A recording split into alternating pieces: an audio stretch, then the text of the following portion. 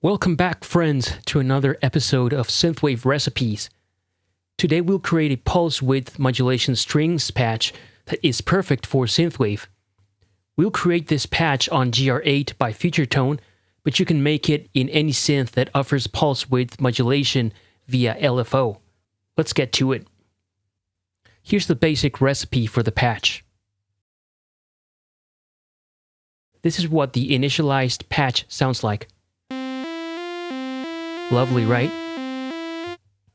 First thing we'll do is engage or set the type to poly, or the mode. Then we're going to set oscillator 1 to a pulse wave. Then let's adjust the amp envelope. We'll set the attack to its midway point. Same for the release.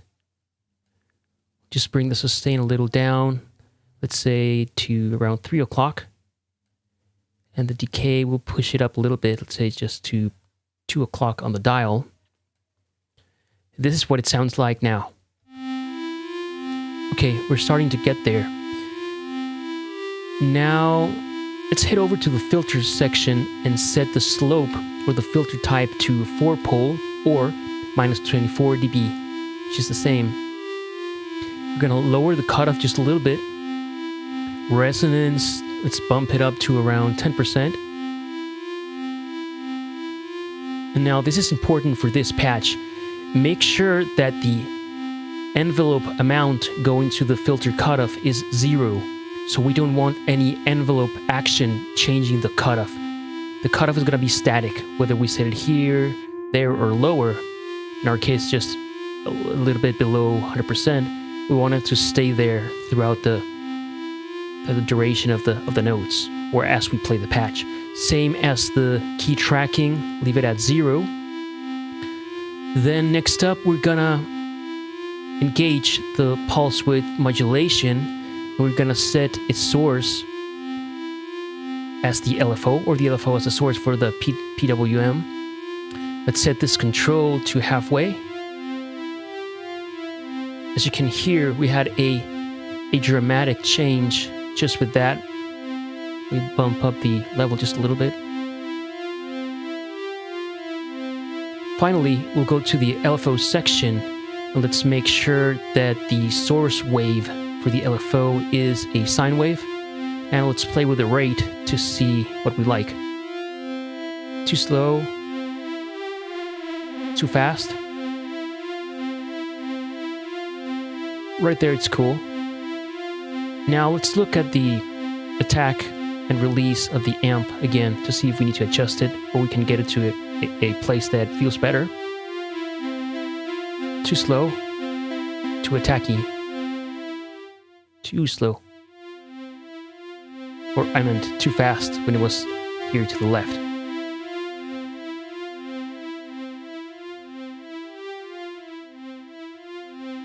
I think right there feels good.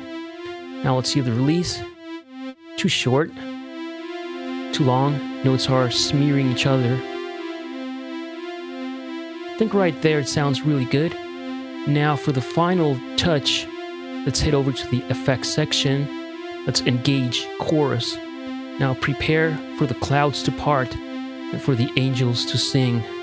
Here it goes. Woo. Yeah. Love it.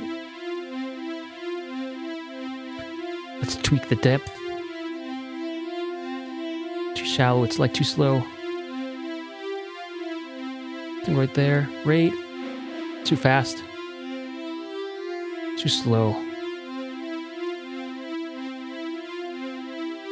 That's great. Spread. Let's leave it at 100%. The mix. Right there, that's fine. Next up, let's add some delay. Let's time it to the track. Let's leave it at 316. Let's bump up the feedback. Let's bump up the mix. Alright, this is sounding really, really good, guys. Finally, we get to the reverb. We can't have a synthwave patch, such as the PWM Strings, without reverb. the synthwave police would come and arrest me if that were the case, so I'm not about to let that happen. Let's engage the reverb. Go.